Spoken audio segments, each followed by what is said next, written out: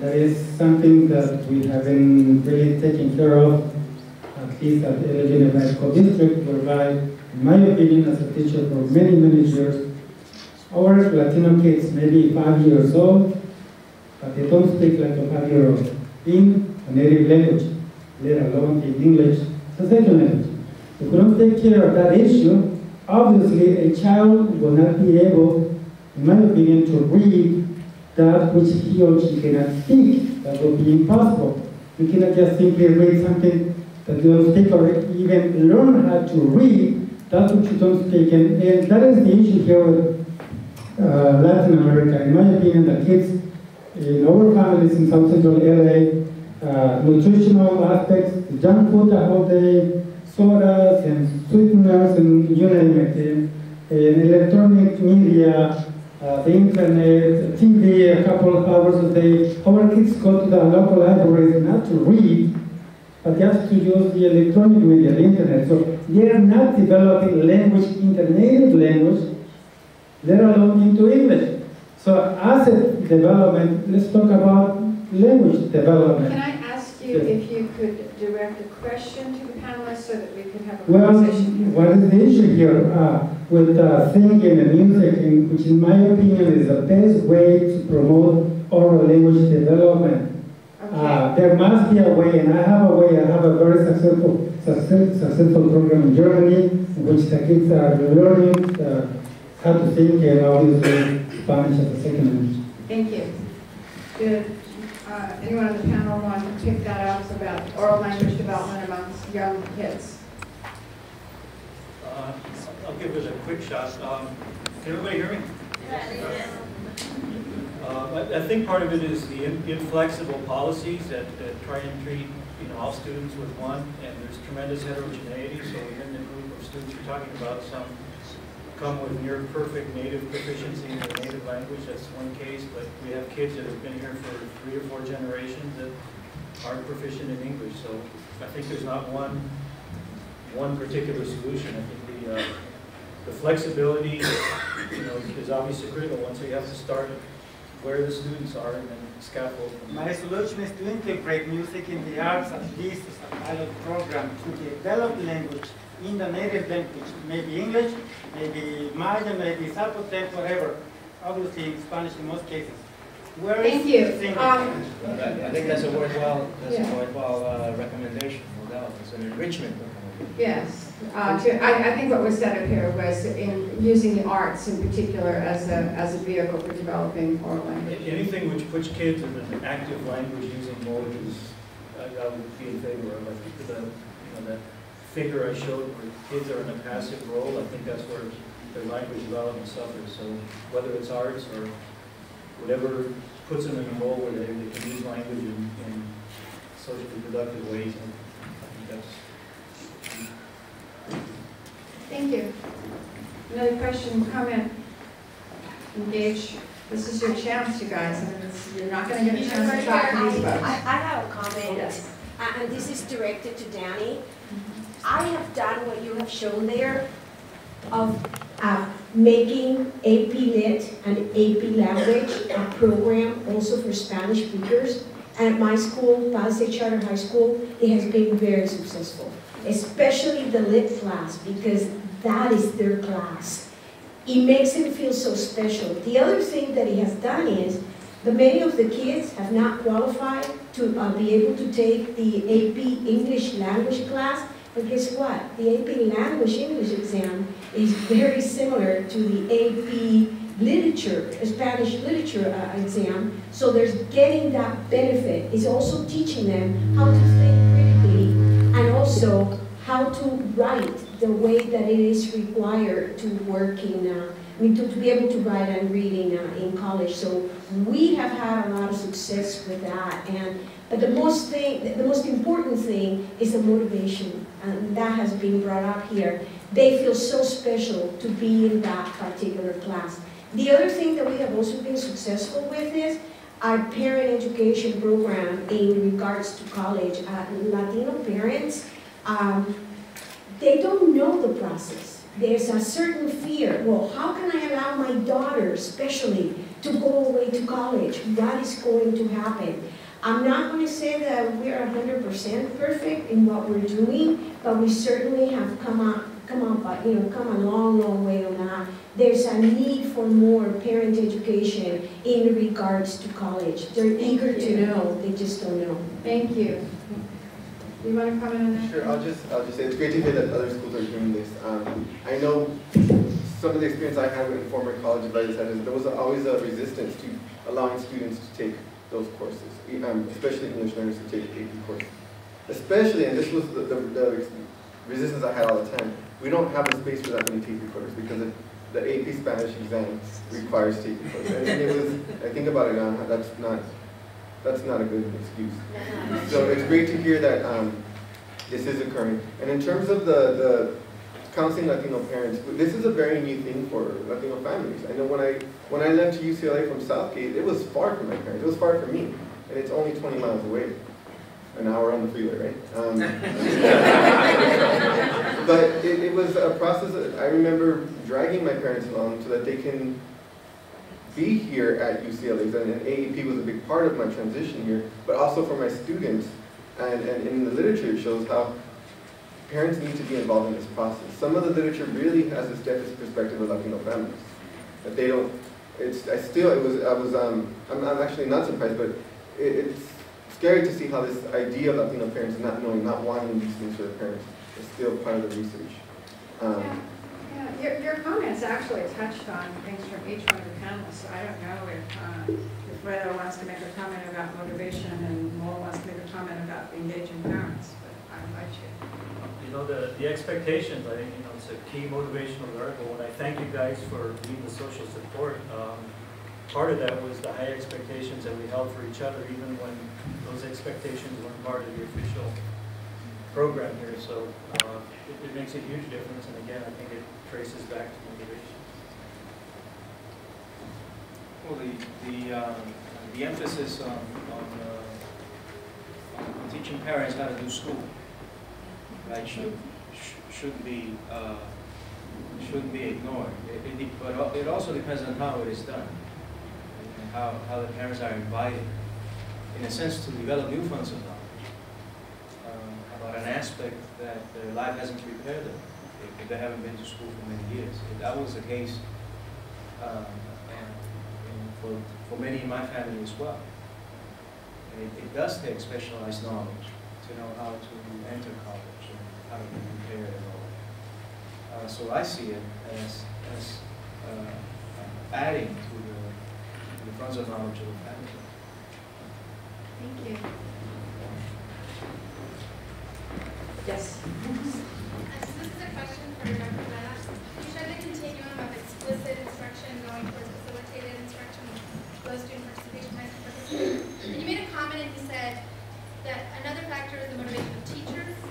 You know, the one side is the student motivation, and the other side is teacher motivation. So is there anything you found that motivates either new teachers or veteran teachers within that continuum if they do feel that they're on the explicit side?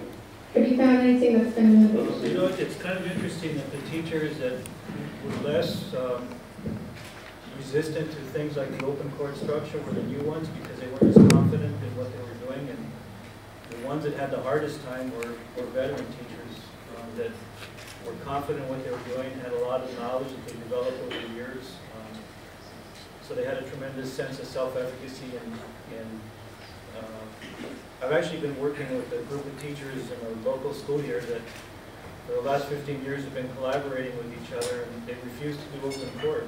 And their scores are above everybody else in the school.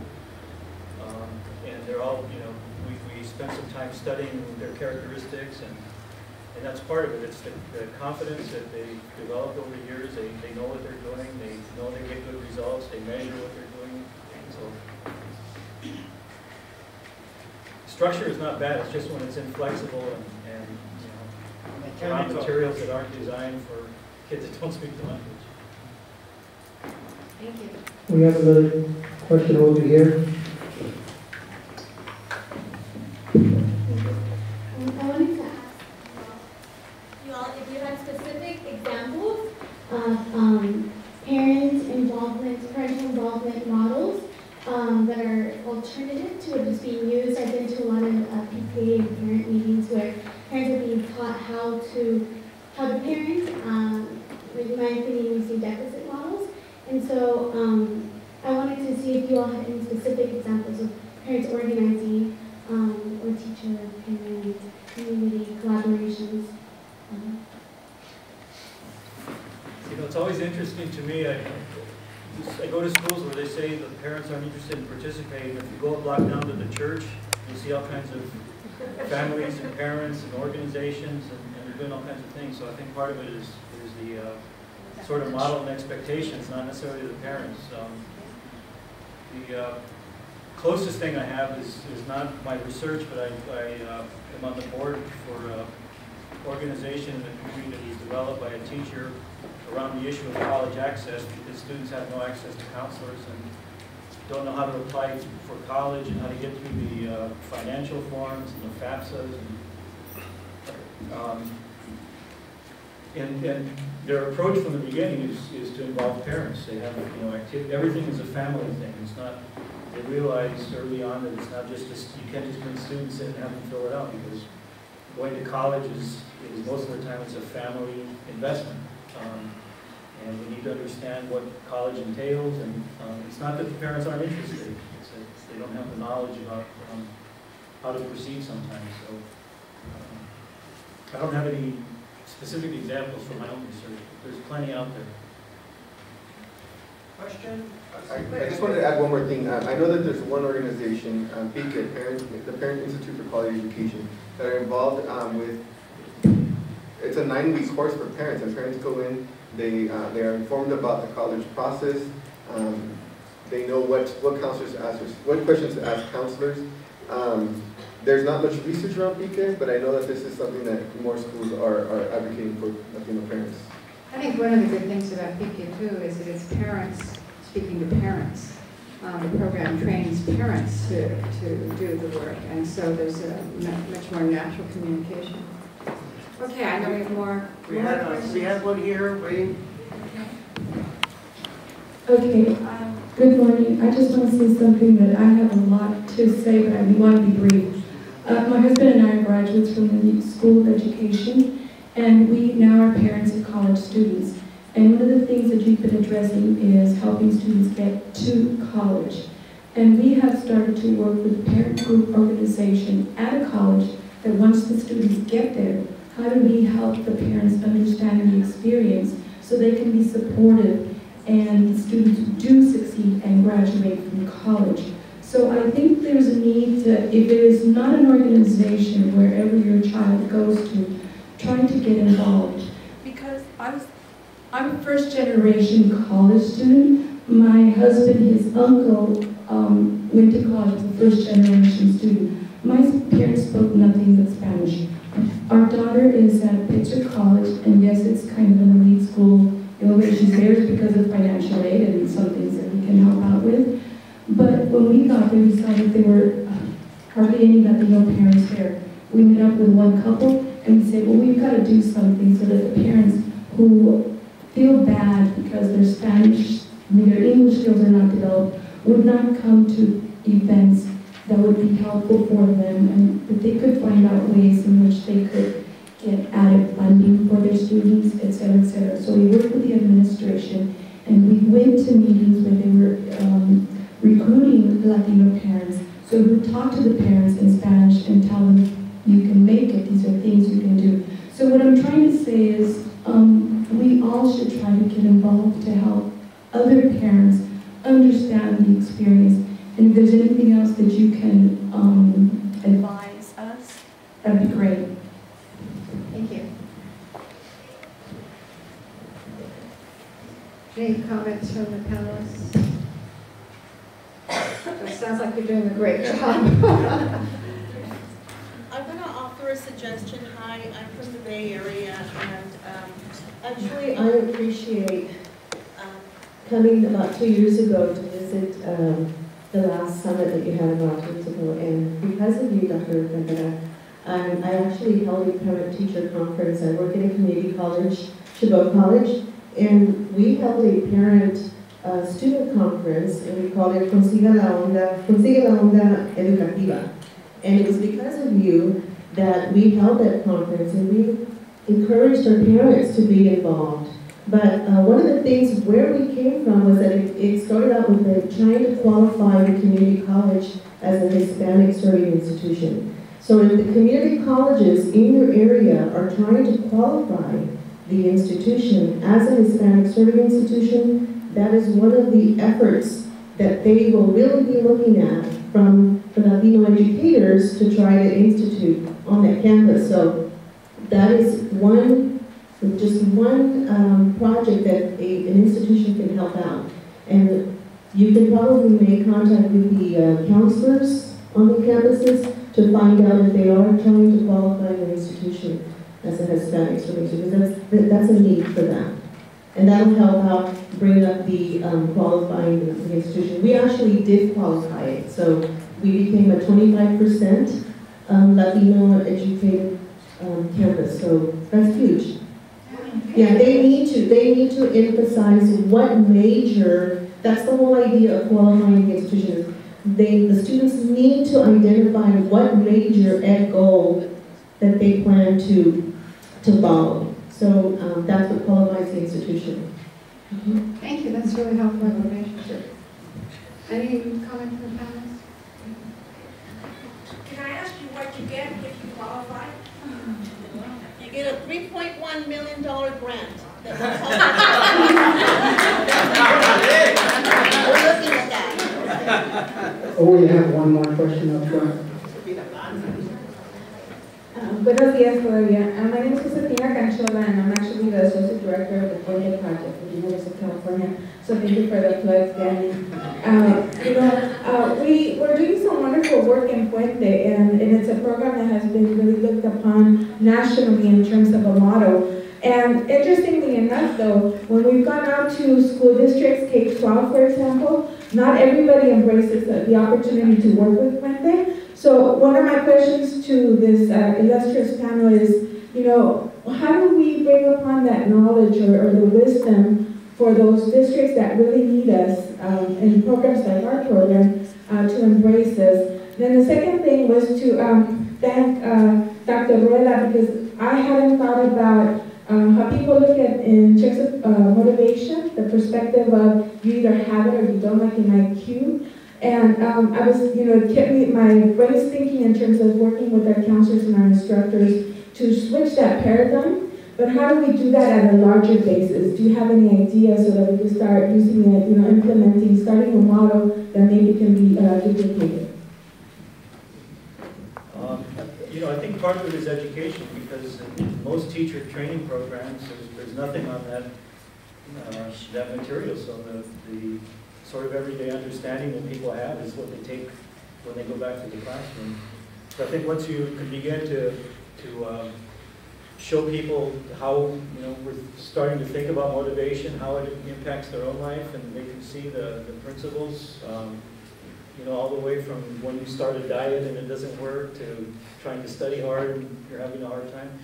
So there's tons of motivation issues I think people can relate to, and that's really the first part. But again, the active choice and persistence and all those things, those are motivation issues. So I think it begins by starting to address and making explicit some of the beliefs that they have, and showing them how it can work. Modeling is a really important way. The other question that she posed was whether you guys had any thoughts about how we can all help schools to embrace programs like this that really do work on motivation. Yeah, I mean, the most evil thing out there is the low expectations, which really color everything else and cause people to make choices that are harmful for students. So. I think a lot of it is people aren't aware sometimes of the beliefs that they have, so making them explicit. There's a lot of what we call automated knowledge that drives what we do, and we're not even aware of how it's impacting our beliefs. So I think making that explicit, showing people models of how it can be different, are really important. The group of teachers I was talking about, I went to the most fascinating thing a few months back, where they were they must have had 30 parents in the classroom at 4:30 on a Tuesday afternoon, and they were doing a math class for the parents on the same content that the kids were learning in math. And it was just amazing. And first of all, that they had that many parents there. And parents were sitting there doing math and learning the same content. So, you know, all recent immigrant parents hardly spoke any English. It takes a great deal of effort. This group of teachers spends, you know, hours after school, Saturdays. So there's isolated pockets. I don't, you know, but it's very hard work. It takes a lot of trying to get at the funds of knowledge that the families have and then building on which. And you're going to hear later today some research on just exactly how bilingual teachers, and we should also say bilingual counselors, although the study you're going to hear is that how these bilingual professionals really move that agenda of getting the parents involved. ¿Algo más? Over here. I'd like to thank Danny Martinez for mentioning the undocumented students. Over the last 30 years, I've met many, and they are the best Americans I've ever met with respect to their commitments to hard work and education as a means of advancement. Marcelo Espada-Orozco wrote a book in the late 80s, U.S. immigrants in California schools, or immigrants in California schools, something to that effect. He talked about the motivation of the generation of Central American refugees from the civil wars, and very much focused on motivation and their experience here in barrios here. What Mr. Martinez mentioned regarding the resourcefulness with technology, there's also resourcefulness I learned recently of a junior undocumented student in Moreno Valley who wrote on the issue of undocumented student access to college. Her paper, the teacher told her was the best in the AP class, and she's going on to take the AP test, and she very well will do very well. She was the top student in her class. That's just one little fragment of an example in intensely segregated, low academic performing schools where the undocumented immigrant students are so tremendously resourceful. And it's also wonderful to be here at UCLA where the undocumented immigrant students also resourceful, and all that's developed, rich area for research, the resourcefulness of undocumented immigrant students from high school onto university level, and now graduate schools. Going back to the last question, a few years ago I did a study of paraeducators, and I found them to be a real interesting group because they don't have at least in the old days, we come across a lot of paraeducators that my graduate students would call formadres because it'd be like the kids interacting with the grandmother, very different character than when they interacted with the teachers and they confide in them and use language.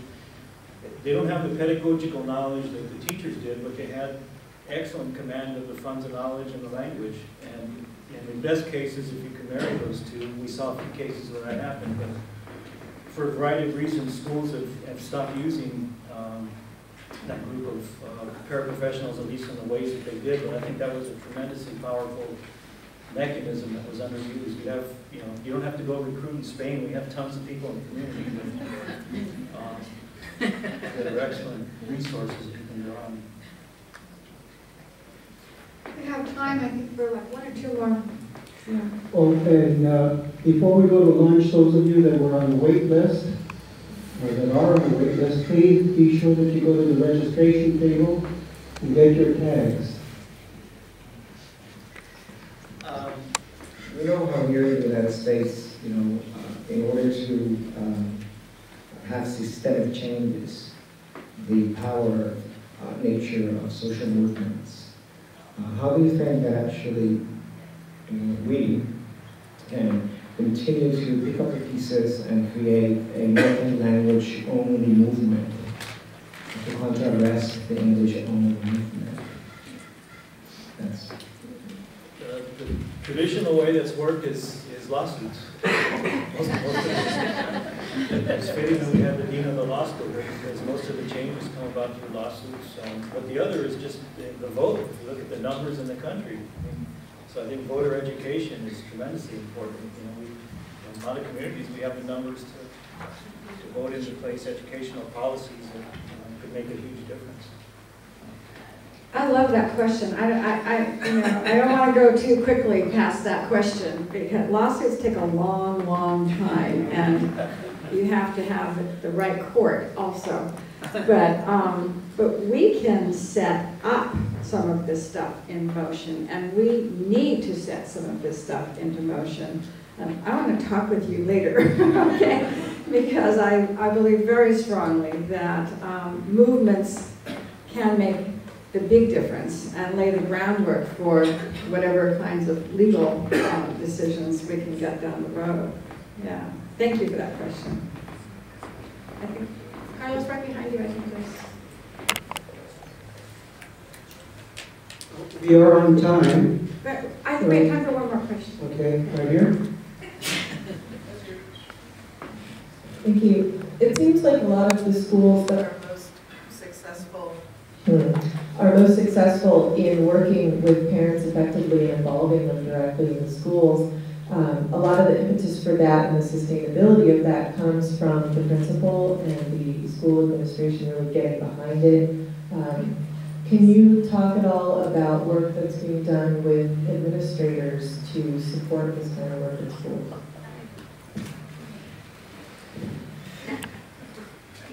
Can I make a comment about that? If you would do it very really quickly. Yes. You know, it doesn't come from administrators. At our school, it came up from us. We just went to administrators and we told them, this is what we're doing, and this is going to be benefiting the school, and guess what? We're doing it. You got to take a hold of it and forget the administration. I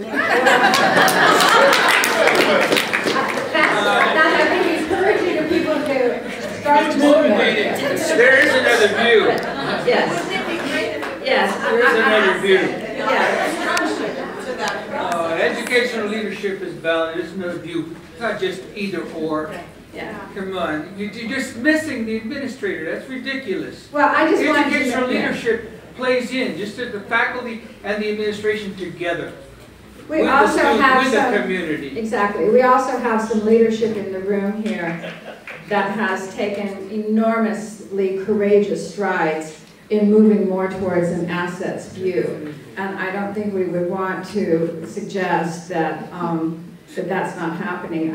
At the risk of, I don't know everybody who's in the room, but I do know that Dale Heath is in the room with us, and he has taken very courageous steps in the LAUSD to move in this direction. So we want to acknowledge both the work of teachers in their schools and the work of administrators who create the openings for that. Okay, we are on time, as Carlos was about to say. But don't wait. Don't stay for 1 second, okay? I just want to make sure that we reiterate. I think there are still some lunch tickets available. We're going to begin. All you folks at the back, I'm Concepcion Valadez.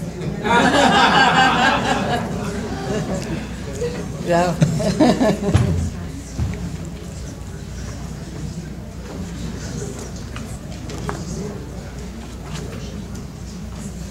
Now, way at the back, there's a little activity going on. They're probably selling some books. Now, you can still buy those books, and in the afternoon, after we finish with the conference and we have our reception, Professor Gandara will be autographing her and signing her books at the back. There's still an opportunity to buy some of those, and to my right, there are publications available from the Chicano Studies Research Center. I think we're all back. Civil Rights Project, display of the Civil Rights Project. Yes, there are displays back there as well of the Civil Rights Project, and they're available. But if you want some freebies, go to the next room, the Hacienda room, during the break. You can pick up back issues of the policy issues that are produced by the Research Center, and they're available to you free. So you can pick them up today. And you can pick up a bundle. All the past issues are out there. Now let me turn this over to the moderator for the afternoon panel, the first afternoon panel, Professor Concepcion Valadez. Yes. The real Valadez.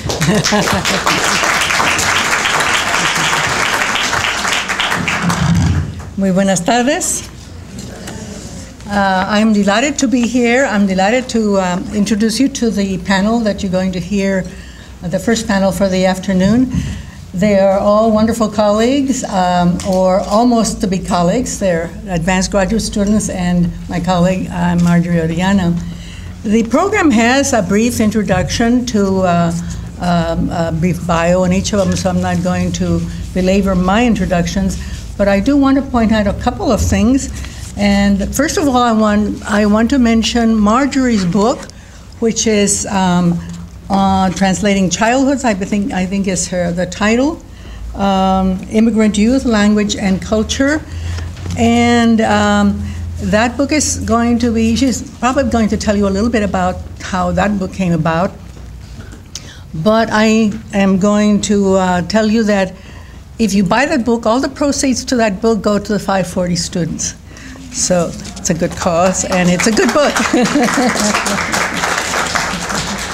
And then we have Megan Hopkins, who's just defended her dissertation. She did a wonderful study looking at bilingual policies in 3 states, looking at the notion of assets. And I think I think Patricia has borrowed the title for this conference, or stole it from the looking at what teachers bring, teachers who are bilingual teachers, bilingually trained, or who have bilingual skills, the assets that they bring to the teaching profession and to their children. So she has done a wonderful study that is incredible in scope and in meaning. We have Ursula Aldama, who is somebody who has done fantastic work with the notion of what are the cognitive skills, and Mary, what are this thing called cognition and language? What is it that bilingualism gives us? And Kenji just reminded us of some of the psycholinguistic basis and cognitive basis. And I just want to add to that, to the introduction that Kenji gave us, there is also another person, another graduate of UCLA named Steve Krashen, who made his name in that university across town. But but for those of you who have been in bilingual education for a long time, know that we owe a big debt to Steve Krashen for some of the principles of teaching second languages and languages, and in general.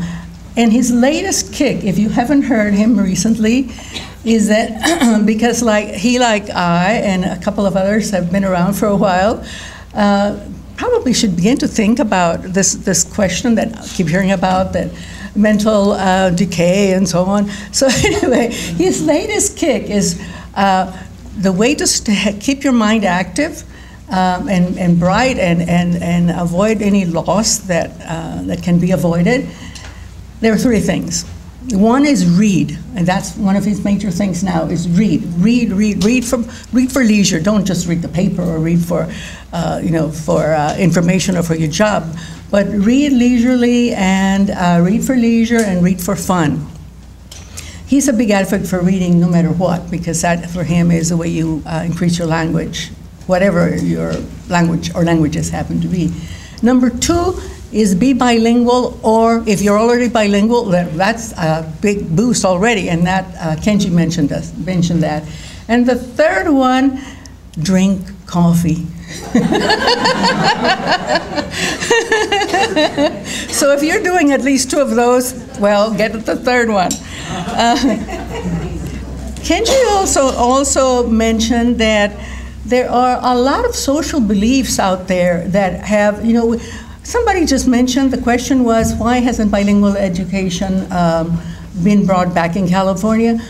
Well, I think that part of the problem is that we still have all these social beliefs against bilingualism. And bilingualism is associated with the immigrants, and bilingualism is associated with the people who we maybe want to exclude or whatever, or threaten or whatever.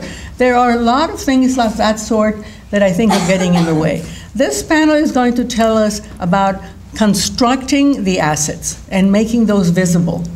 And I'm delighted to start out with our first speaker, and that's Marjorie Faustix.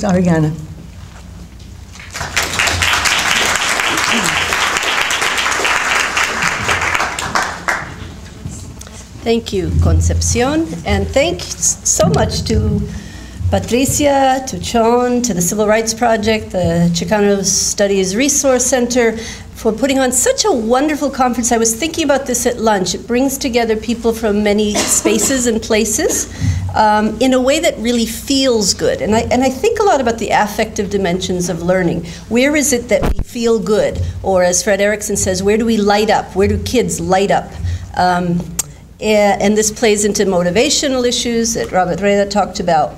And I was thinking about what helps create this here. And for one, I think it's well, probably many factors, but one is that the organizers and very senior renowned scholars are also very good human beings, and that everyone in this room is here because we care deeply about kids, about learning, about kids who are getting short shrift in the system as it is.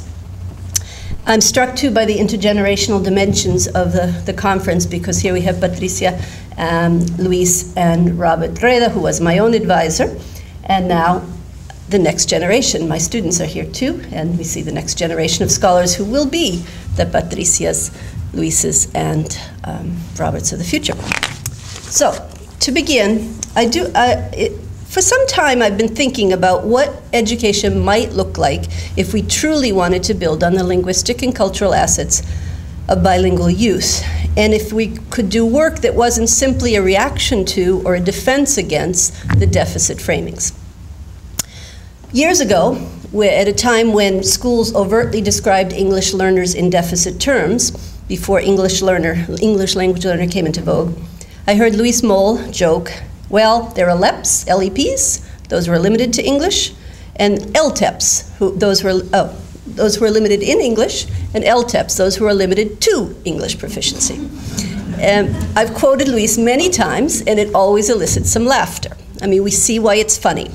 Who, after all, is more limited? Those who are developing in 2 languages, both are in formation, or those who only have access to 1 code? So in this talk, I'm starting with the assumption that bilingual youth are no more limited than anyone else, and that arguably they have a head start on important skills that matter for an increasingly globalized and intercultural world. Moreover, these skills aren't just valuable for living in that future world or the present world, but for creating the kind of world that I at least hope to see. So I'm looking at youth who have the label English language learner at home, but language broker or family translator at home. These are kids who, even while they're learning English, are using both English and their home language and their bicultural knowledge to do complex things for themselves, for their families, and for others. And in doing these things, they're acquiring powerful skills, as we heard Kenji Hakuda talk about, the flexibility and the metacognitive skills that develop. I want to highlight not the failure of English learners in schools, but the failure of schools or a school system, as we've constructed it, to recognize and build on the linguistic virtuosity, and here I'll put this up in big letters. It's another term that I need to credit Luis for, Luis Moll. So the linguistic virtuosity of these students. And this failure is, of course, especially acute in an era in which teachers are under tremendous pressure to have their students meet narrow measures of success in English. So let's take a look at one language brokering episode to see this virtuosity in action. This is Maria. She was 14 at the time, daughter of immigrants from Guanajuato, Mexico, to a Chicago suburb. And here she is translating a paper from school for her mother. The paper's written in English, and she's translating as she goes. So I want you to notice that she doesn't read it aloud in English. She simply renders it in Spanish for her mom. And sure, she stumbles on a few words. Her mother assists or corrects her, but we can ask, could a 14-year-old LTEP do what she's doing here? Okay, it worked. Oh, there it is. Que atiendas la celebración en abril 25. We tried. We tested the sound before. Trabajar ahí, ayudarles en diferentes cosas. Que estés interesado que contactes a Carla Kenny Phillips para la meeting, para los días, para que van a ver las conferencias y las horas. Que también van a necesitar muchos voluntarias en la celebración. Y que también si quieres puedes llevar comida o puedes ayudar a vender la comida, vender las luces o mirar las cosas de la librería, enseñarle a otra gente. Well, we really did test the sound at lunch, so I don't know what happened. Yeah. So Maria, I would say, has developed this dexterity from years of language brokering, reading many texts like this, and working in other situations that demanded a wide ways of deploying her two languages to speak, read, write, listen, and do things for others. And these practices demanded a flexibility and versatility that few English-only students have the opportunity to experience. So there's a different kind of opportunity again. Her skills have developed over time, and when she was younger, she used to read the English texts aloud, first in English, and then translate them. And she still does this with texts that are particularly difficult, but mostly she just translates as she goes. And I should note, she began doing this work at a time when she was labeled LEP in school. And that was in Chicago, where they really did persist in using limited English proficient long after California had moved to ELL. So I started observing Maria when she was 10. She had just exited the bilingual program, and she was struggling to some extent with her 4th grade work in English. But she had a teacher who believed in her, who told me, some may think she's going to jail, but I think she's going to Yale. And indeed, Maria is in college now, not Yale, but at a well-regarded institution that she can commute to from her home, where she continues to serve as a language broker. And I'll say of the 4 kids in Chicago that I worked most closely with and that are featured most in my book, I've followed them. They're now, 2 of them are in college, and the other 2 are not. The other 2 are not, and they're undocumented. Okay? The 2 who have papers are in college. So the first step in building on the linguistic and cultural assets of bilingual youth, I'd argue, is to recognize them, those assets, to see what students can do, what they do, and where their potential lies, not just what they have difficulty with. And I do know this is difficult. I was a 3rd grade teacher for many years in a central Los Angeles school. And now, since then, as a researcher, I spend a lot of time hanging out with kids in this new after-school program that we've formed at the UCLA Community School. And also, okay, all right, I spent too long on my introduction, on my thanks. All right, so it's natural as a teacher to notice where kids need help and direct our attention there. But I think we need to train ourselves to stop and see what kids are doing well, and to think about how to leverage their skills for the kinds of things that matter in school. So this is work that I've been working with the research team, Danny Martinez, you met him earlier, and Cliff Lee and Elizabeth Montaño, as well as others, to develop curriculum with and try it out in classrooms in LA with teachers. And our focus is on helping kids to expand what various linguists have called their repertoires of linguistic practice. We began by working with youth to examine their own language practices, to see the complexity of what they did, and to see how that relates to school. Thinking about paraphrasing, what it means to sum something up and put it in your own words, seeing that kids do this, as we saw in the language brokering situation. And then we applied it to writing. We had the kids write and then translate their argument for a different audience. So here's an essay that one boy wrote. This is right after the Sensenbrenner had authored the anti-immigrant bill, and so he wrote this to the guy that wrote the bill, and a different essay to his friend. And I'm just going to let you look at those quickly. But what we can see, is how he shifts styles. But moreover, if we compare the two essays, we can see his attempts to take up an academic voice. We can also see the breadth of some kids' linguistic repertoire. So this boy has a fairly shifted styles quite considerably, and others, like this girl in a different essay, the shifts are a little more subtle. So the kids who had the widest repertoires, or who shifted the most, were not necessarily the ones who wrote the best academic essays. And conversely, the kids who are skilled in academic English might be seen as limited if we measured the breadth of their repertoires, or their flexibility and versatility and their ability to tailor the style of their messages to different audiences. So in the next 2 years of the project, we worked in another school, and we deepened this translation work and did more talk with kids about talk, and we focused on having them think about how their language shifts as they engage in different kinds of activities and all the ways in which it shifts. And here's just one map of a boy describing how he uses language when he plays video games. And these are some of the repertoires that kids identified as their own, practices they engage in. And I'll show you, they had, their own creative names for these. I'm going to show you one film, it's short, so I think we have time for it, that one of the kids produced. And this one, the first scene, it contains a language brokering episode. So you can look at it with two things in mind. One is you can compare it to the first language brokering episode we saw, and to see how even these similar situations vary in terms of how they play out, the relationship between parent and child, how language is being used as a tool for meaning making.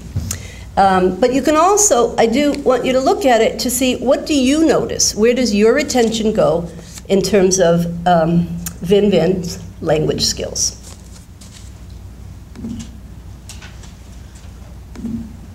Okay.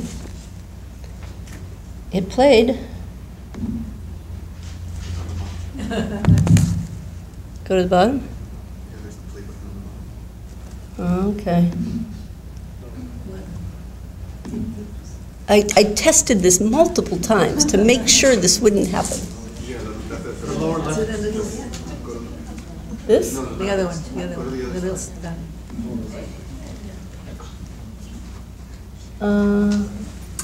All right. I think in the interest of time, we're not going to be able to show you this. Thank you. See, what would I do without brilliant graduate students who also know how to deal with technology? It's usually there. No, it's not going. No, it's not there. All right. Did I not try this and test it and make sure it would work? Okay. Yeah. All right, so you're not going to get to see his film.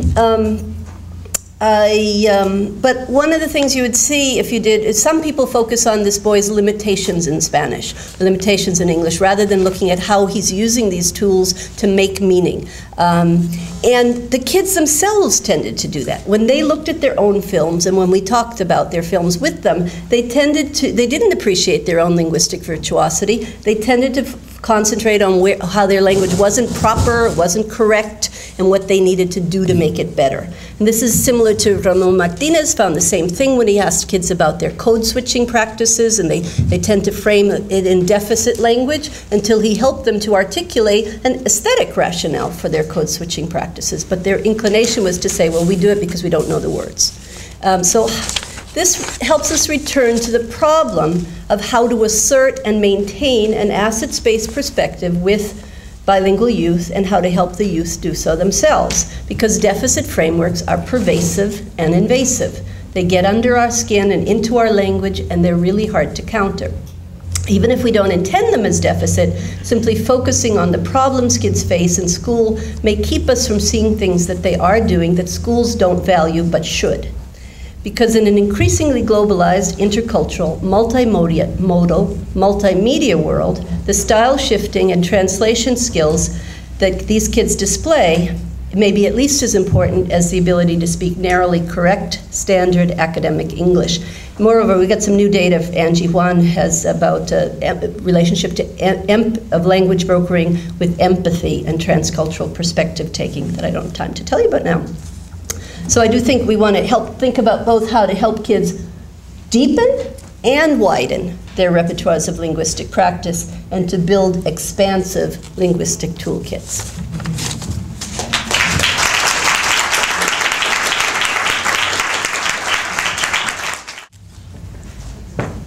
Good afternoon, everyone.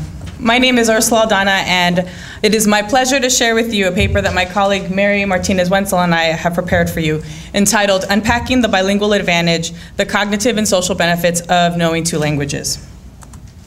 For today's presentation, we will provide a bit of background on the increasing ethnic and linguistic diversity in the United States. We'll quickly share our framework for this paper and provide a review of the benefits of bilingualism in these 4 areas, as well as implications for education. There is generally an increasing diversity in in schools in the United States. We know that in the last 10 years, the Latino student population has increased by more than 2 million, and at the same time, the white population has actually decreased by 2 million. In addition to ethnic diversity, we also know that there's linguistic diversity that's increasing in this country. In the last 25 years, the number of Spanish speakers has more than doubled, while the number of Chinese Chinese according to the US Census Bureau, not my words, has more than tripled. And yet we still know that English is a dominant language here, but I would like us to consider that in 2007, 62% of households that speak a language other than English spoke Spanish. And as for the California student population, we know that a little over than 80% of English learners speak Spanish. And so undoubtedly, we know that Spanish is a strong and increasing presence in this country. We'd also like you to consider that only 9% of the US population is bilingual. And when we know that the Europeans are, the population of Europeans are bilingual by more than half, we think and we encourage and we'd like to adamantly ask that we should ask and have the same expectations of Americans to be as multilingual as other people in this world, right? And so the framing of our paper, we're going to go ahead and borrow from Richard Ruiz as a framework where he documents the language as problem, language as right, and language as resource framework. In that manner, in the paper, we talk a lot about the language orientation that we have seen and that we've heard about today, where people structure things as language being a problem or language asking for language rights. But for now, we're just going to go ahead and discuss is how do we use language as a resource. And so what I'd like to share with you, and Kenji did a great job of already talking to us a little bit about this, is the bilingual brain. And so what I think is fascinating is that the brains of children who learn another language, research shows that their brains actually they are actually structured differently. They are actually growing gray matter. And for my little red pointer, laser pointer isn't working, but those little white dots that you see there are actually the gray matter that is growing over time. And you may be thinking, well, what is gray matter important for? And well, gray matter is important because it's the head of nerves. It stands at the head of nerves. And we also know that it allows for processing information. And so if we think about this, it's important because, as Kenji noted before, it fends off cognitive delay in the long run, and we also know that, according to the Bialystok study, that it does actually, bilinguals have been known to show signs of dementia 4 years later than those of us who, those people who might be bilingual in this study. And so, in addition to this, we know that there are also cognitive developments for those people who are bilingual. With respect to the executive function in particular, and the executive function is important because it essentially serves the role of director for your brain. It's like the musical, or it's almost like a musical conductor for your brain. It sort of tells you what to do. It tells you what to say. It'll tell you what to remember. It'll direct you in all sorts of ways. And I'd like to borrow from Adele Diamond, a leading researcher on executive function, and she explains, I quote, before I start that, there are 3 areas of executive function that I'd like to highlight, and this is where Adele Diamond will describe these for you: inhibitory control, memory, and task switching. And she says, you need inhibitory control to focus in on something in the environment so that you're not overwhelmed by all other things around you. And your working memory is important because it's holding information in your mind that you will come to play with and be creative with as you move forward in thinking about problem solving. And the last executive function is cognitive flexibility. It's being able to switch your perspective or switching the way you're thinking about things, being able to think outside of a box. So these aspects are the basic elements of executive function. And out of those elements, you can move forward and you can develop more sophisticated executive functions such as problem solving and planning. The research demonstrates that bilinguals, in trials when they're compared with monolinguals, perform better in trials that require them to select information when there's extra information provided, or when they're being asked to remember things. And in addition to that, an advantage has been found for bilinguals when they need to shift mental sets. We've heard about this a little bit before, about task switching. What's interesting about this research is that while there is limited information on the actual cognitive benefits of task switching with respect to mental frames, the research in educational studies that actually document students going in and out of two different cultures and being able to participate in two cultures and learn two different languages is actually quite prominent. That there we actually do see students being able to participate in two different languages and cultures. In addition to the cognitive developments that we see, several studies also document that bilinguals have greater metalinguistic awareness, or the ability to reflect upon or manipulate language. Metalinguistic awareness is important because it is tied to individuals' abilities to read and write. And so given that bilinguals need to organize two languages constantly in their brain, they have found, research has found that speakers of two languages come to understand the functions of letters, symbols, and linguistic processes at a much earlier and at much higher levels than monolinguals. Metalinguistic awareness is important. It serves a grand purpose in the educational pursuits of individuals. It allows people to deconstruct language. In one study, for example, the researchers actually created an Indonesian language test for bilinguals. Mind you, the bilinguals didn't speak Indonesian, obviously. And the bilingual students were actually able to perform better on the test, deconstruct the language, but also perform better on an unknown language test when compared to monolinguals. Which leads me to the other point was that bilinguals also have exceptional skills at being able to decode language. So again, we see that in effect, these cognitive and metalinguistic developments have been found to translate into actual academic abilities and advantages, which now Mary will go ahead and review for you. Okay, so I'm not sure about the buzzing. I'll just talk over it. So all of the extensive cognitive benefits Ursula just described are so important because of how they impact academic outcomes. For example, proficiency in one's first language can prevent students from, aids students in achieving competence in a second language, which makes intuitive sense. If you know how to read and write in your first language, it will be far easier to learn a second language. In addition, providing content instruction in the home language can prevent students from falling behind their peers in core subjects.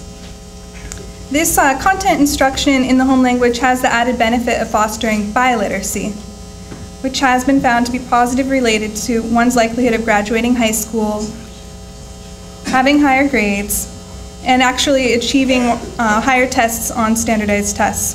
In the Suarez Orozco's study of adolescent immigrant adaptation, they found that students' overall cognitive ability scores increased by a full standard deviation when they were competent in 2 languages. That is much better. Okay, so just to recap, knowing your first language helps you to learn a second language. Content instruction can prevent students from falling behind and also foster biliteracy, which is very important for higher academic outcomes. And also we wanted to mention that knowing more languages has important benefits for people who are monolingual English speakers as well. And there is some evidence that people who study foreign languages or world languages do better academically as well. One study found that students who had taken at least 2 years of a foreign language actually scored 13 to 14% higher on the SAT, verbal, and math. And for students who had taken